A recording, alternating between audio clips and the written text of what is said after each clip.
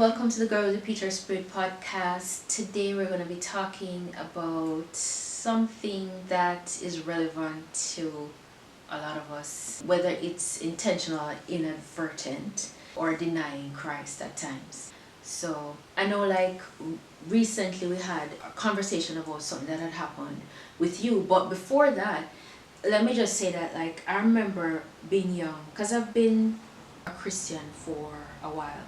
Being young, 7 years old, 8 years old, and when people are talking about God or being Christian, or somebody will say, put up your hand, all those of you who are Christian, and I'm looking around the room and I'm going, well, enough people have up their hands, right, where people will notice that I don't have up my hand, but I don't really want to put up my hand. And in certain situations, especially in college, sometimes you shy away from telling people that you're Christian because you're trying to fit in, right. You're trying not to draw undue attention to yourself or undue opposition or whatever. You just want to live in peace and get along. But as I grew in my faith, I realized that, hey, there's no denying Christ. You can't do that. You have to say you're a Christian and say it boldly. The thing is that sometimes we don't realize that we're doing it, because the fear takes over the common sense, or the fear takes over what you know to be true in your heart, or what you know you're supposed to be doing. So you let your head govern your heart, and we can't fall into that trap. It's like Peter. We're so on fire for Christ. That is the most famous story. The story about Peter denying Christ. And we would swear blind when we're watching the show. We're all in tears, and Peter, how could you? How could you? That is the Christ. You've been with him for so long. You are so close. How could you? And we beat up on Peter for doing that. But like you said, we're like that. We are like that. We're like that. We are like that. Because remember, Peter was Jesus's right hand man. Peter had responsibility. Peter had a close relationship with Jesus. And Jesus knew that Peter was going to deny him. Just like you're saying, we'd swear blind that, we'd never do what Peter did. And Peter swore he would not do what he did. Exactly. Peter was like, who me? Never. Jesus did say, hey, you're going to deny me. Yes. He said, before the cock crows, you're going to deny me 3 times. Now, this is after Jesus told Judas. Remember, Jesus, they were there, and he said, the one who has his hand in the bowl of me or whatever is going to betray me. And Judas says, Lord, is it me? And he says, you said it, not I.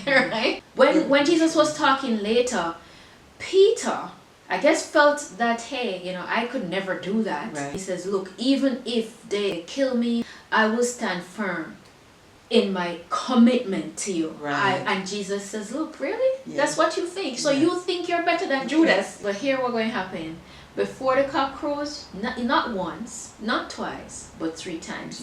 And Peter was like, no, I'm not going to do it. And that's exactly what happens, because, Jesus Christ can't lie. So sometimes we're like that, where we think that, hey, you see other people doing stuff, or I'll never do that. Don't be so quick to say never. Because in situations like I'm thinking, you're captured and you're going to be executed because you're a Christian. Do you shut your mouth? Do you say boldly, knowing you're going to lose your head? And that's what Peter was saying. Even if I'm going to lose my head, I would never deny you. And he did, because his fear was bigger than whatever bravery he was feeling. Whatever passion Peter had, his fear was greater in that moment. So you have to be careful not to judge people too harshly, because you don't know what you're going to do. Exactly. And in saying that, let's talk about what happened to you. Yes, let's put Abby on blast. I'm gonna put you on blast, yeah?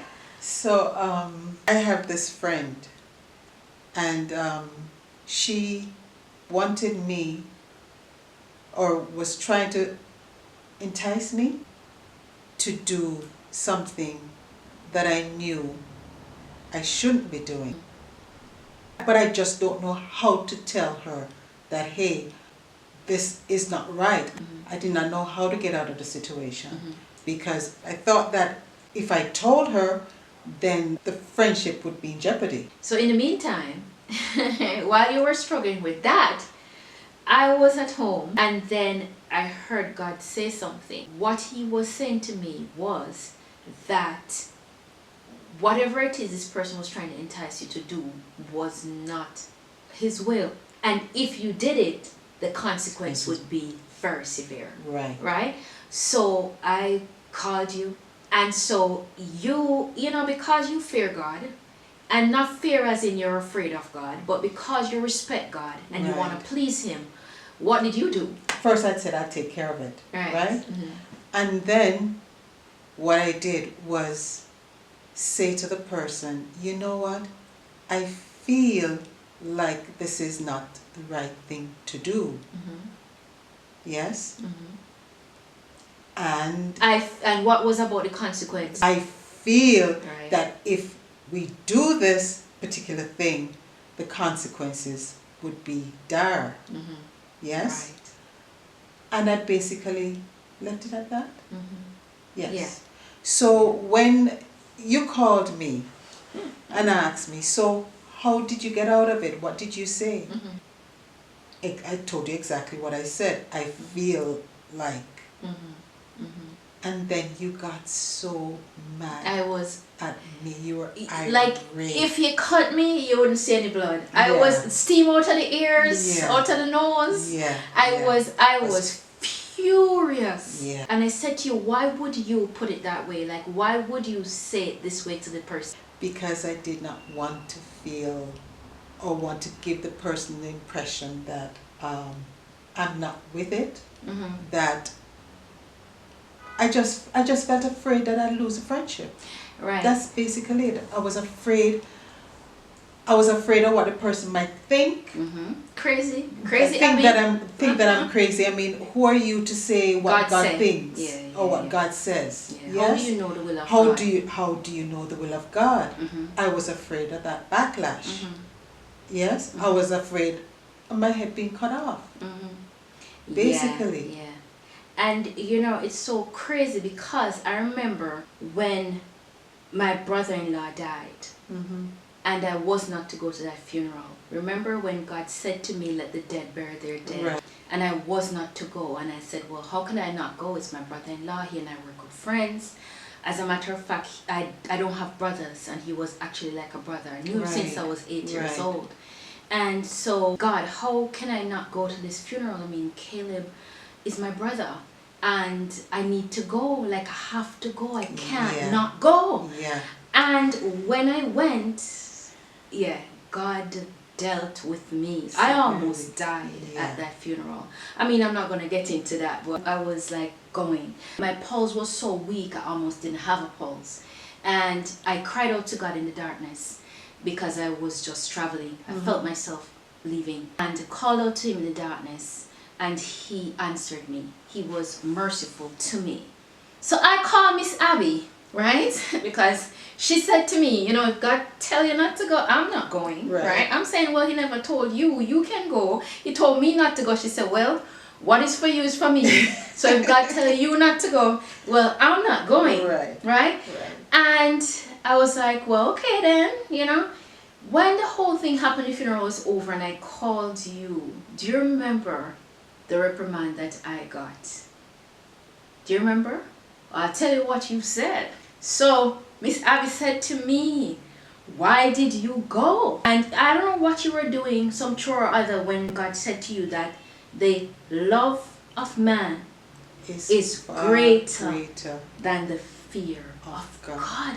Yeah. And I felt, small, like garbage. Yeah. Because I disobeyed. So when you talk about, and I'm saying that, that had to do with obedience. Am I being disobedient? But I brought that up to say this. When your fear is greater than God's will, it becomes greater than what God is asking you to do. Yeah. Where your love for somebody overshadows the respect and reverence and love that you have for God, then you're in trouble.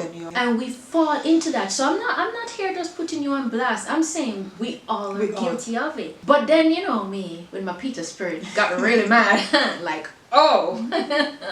forgot what I did a few years ago, saying to you, oh, how could you do that? when, you know what, I'm not gonna say I'll never do that because I don't know. God knows our hearts. And so for me to say, like Peter feeling like, oh, he couldn't be like Judas, you know what I'm saying? Like, Yeah. okay, well, she's gonna deny you. Me, I'm behind you 100%. Yeah. We can't say that for sure. No. We hope. We hope that we won't get there. Yeah. What I take from it is that when it does happen to you, you become so aware, and it is a hyper aware because it is a lesson learned and a lesson that is so embedded into you right now that it is. I'm not gonna say that it will never happen again, less likely. but it is less likely to happen because you're more aware of the path that you're treading. Yes. Yeah. And when you're and for me, coming out of that situation, I say to myself, if I came out of the situation and I am A-okay, hello, what was there to fear in the first place? If you understand what I mean. But regardless, because your friend, her reaction was better than you thought.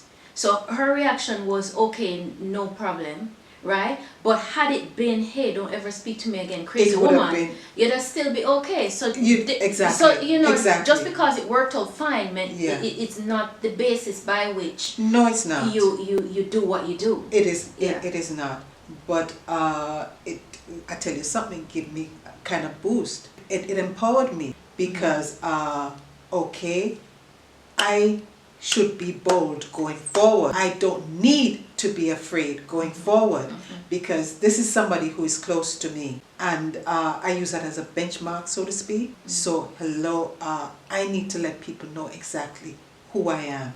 Yeah, what I am about. And the thing is that even if this person were to just cut you off, walk away to say, hey, crazy woman, I don't want to have anything to do with you, you'd have to be okay with that, because what Jesus said, look, if you love anybody more than you love me, your brother, your sister, your mother, your friend, whoever, more than you love me, then you are not worthy of me. That is right. True. So you have to be willing to lose people for the sake of Christ. And I think that is a first lesson. That's most important takeaway from that. God first. It is. The second most important lesson is when you are going to deliver a message from God, you have to deliver it right. I struggle with that as well, because like if I think a message is harsh, I'll tone it down. Yeah, tone it down, kind of soften it a little bit. Yeah. So if God says shut your mouth, I say, oh, God says to be quiet. Yeah. You know what I'm saying? And we're not supposed to do that. The way that He says it is the way that we're to deliver it. Yeah. Because the impact that it needs to have, will not have. Exactly. Yeah. It'll be lost. It will be lost. And if it goes haywire, who's at fault? Yeah, I am going to be held responsible. Yes. This is a thing. God holds you responsible. So you are not responsible for that person's reactions, but you're responsible for your action and for the delivery of a message. Exactly. And when God gives us a message, we have to deliver it the way He says, and we have to make it clear. Because I'm thinking about John.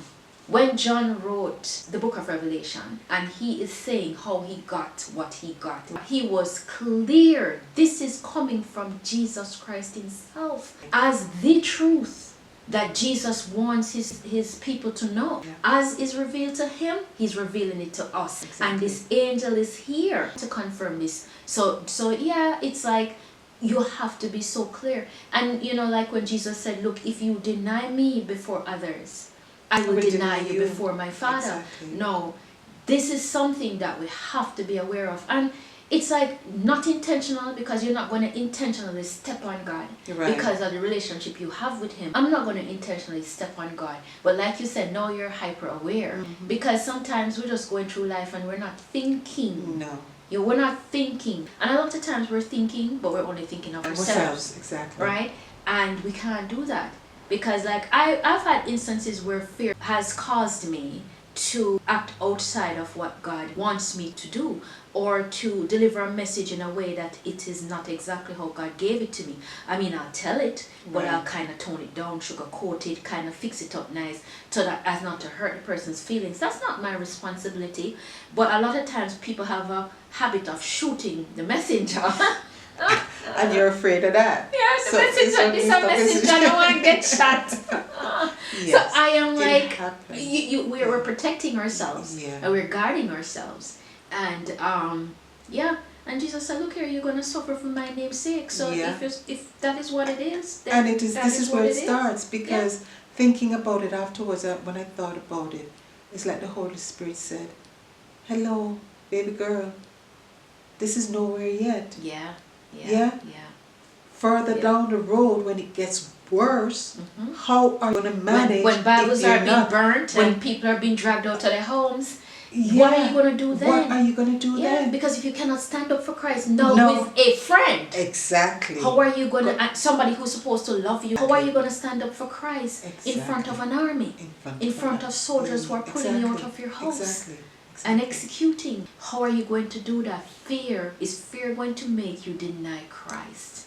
And he says, look, if you do that, I am going to deny you before my Father. Listen, we have come too far for that to happen. No, absolutely not. Too far. Absolutely not. It's like, sometimes people will know you when they're with you, and then when they see you outside, maybe like they're with somebody else, other people, they act like they don't see know you. Right. They act like they don't know you. That doesn't feel good, right? Because I've had instances where I've called to people and they're like looking at me like, who you be? Yeah, like, I don't know, like, I'm with my friends. Yeah. You know what I'm saying? And you're not my friend. Right. So, that hurts to the core. And we treat God as if he has no feelings. Yeah. But he does. He does have feelings. So yeah, that's something that we have to be careful of. And that's something, so I'm not putting you on blast just to put you on blast. It's just that there's an important lesson here. I'm not putting myself on blast because I want to put myself on blast. But it is that we have a responsibility to share the lessons that we learn, right? So others do not make the same mistake. And if you make that mistake, God is so merciful. You say you're sorry and you move on. He says, look, I don't keep any records of wrongs. Once you're sorry, it's just gone. And how do you show that you're sorry? You act differently. Exactly. You live differently. Exactly. Yeah. And so the next time God gives you a message, you deliver it. You'll say, God said. You understand? If you know X, then Y. Exactly. Right. If you know Y, then Z. We cannot be timid. I remember the beginning of 2024, I was lying in my bed and God said to me, you are going to have to become radical. This timidity that you have, this shyness that you have, this fear that you have to get over it. I remember he gave me the word moxie also in the year 2024. And you have to have moxie. And moxie is that courage, this boldness, where it don't matter who wants to say what, you're just fearless. And so this is what is required of us, and we have to remember that. So, thanks for sharing your story. It is a lesson learned and a lesson to teach. Yeah. We have to pass it forward. Like, this is what it is about, so that each one teach one. Right. Yeah, definitely. So that is it. I'm just hoping that going forward we don't make the mistakes, because sometimes people think that, you have to be actively against God and denying God in that kind of way. No. It can be like, you're so for God and you love God so much, but it's just subtle. If you don't recognize it for what it is when it happens, it's something that continues. You'll continually do. You'll continually do if you're not careful. So it is about growing. It is about growing. So this is what it is. So is that a wrap? That is a wrap. All right. So thanks so much for sticking with us till the end. Don't forget to like, subscribe, share, comment, and we'll see you next time. Blessings. Don't sleep, don't sleep, don't sleep on my association.